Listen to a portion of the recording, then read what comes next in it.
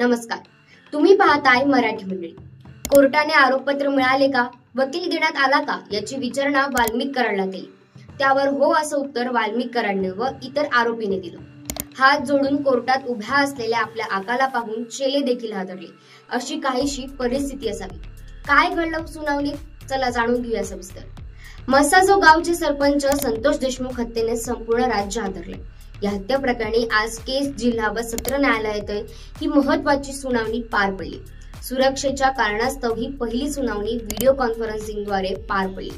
पुढील सुनावणी बीड सत्र न्यायालयात पार पडेल अशी शक्यता आहे। मसाजो गावचे सरपंच संतोष देशमुख हत्येने संपूर्ण राज्य हादरले। या हत्येप्रकरणी आज केस, जिल्हा व सत्र न्यायालयात ही महत्त्वाची सुनावणी पार पडली। सुरक्षेच्या कारणास्तव ही पहिली सुनावणी व्हिडिओ कॉन्फरन्सिंगद्वारे पार पडली।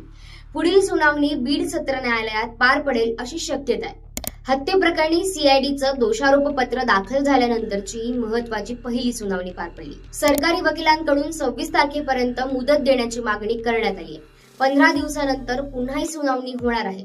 यावेळी या प्रकरणातील वाल्मिक कराडसह सर्व आरोपी व्हिडिओ कॉन्फरन्सिंगद्वारे सुनावणीसाठी उपस्थित होते। सुनावणीच्या वेळी वाल्मिक कराडने हात जोडून उभं राहून परेड दिली। सुरुवातीला आरोपींची ओळख परेड झाली। कोर्टाने आरोपींना हात वर करायला सांगितलं होतं।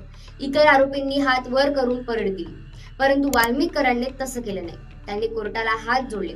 वाल्मिक कराडसह इतर आरोपी ऑनलाईन पद्धतीने या सुनावणीसाठी हजर होते। या प्रकरणाची पुढील सुनावणी 26 मार्च रोजी होणार आहे। आरोपींच्या वकिलांनी 3 मागण्या केल्या। आरोपपत्रामध्ये फोन कॉलचा उल्लेख आहे। खंडणी, हत्या या काळातले सीडीआर तपास यंत्रणा मिळालेली आहे, मात्र ते सीडीआर आम्हाला देण्यात आलेले नाही, ते देण्यात यावे। आरोपपत्रामध्ये इलेक्ट्रिक डिव्हाइसचा उल्लेख आहे, परंतु त्याचे पुरावे आरोपींच्या वकिलांना मिळालेले नाही, ते देखील देण्यात यावे। कलम 164 प्रमाणे साक्षीदारांचे जबाब झालेले आहे आणि कलम 18 प्रमाणे आरोपींचे जबाब नोंदवले गेले, त्याची प्रत आम्हाला देण्यात यावी। सरपंच संतोष देशमुख खून प्रकरणामध्ये आणखी एक FIR दाखल होणार आहे, अशी माहिती धनंजय देशमुख यांनी दिली आहे। ज्यांनी आरोपींना पोसलं, ज्यांनी आरोपींना आर्थिक मदत आणि ज्यांनी आरोपींना पळून जाण्यास मदत केली, त्या सगळ्यांवर गुन्हे दाखल होण्याची शक्यता आहे। यावर तुम्हाला काय वाटतं, तुमचं मत नक्की कमेंट करा आणि मराठी मंडळीवर नवीन असाल तर सबस्क्राइब करायला विसरू नका।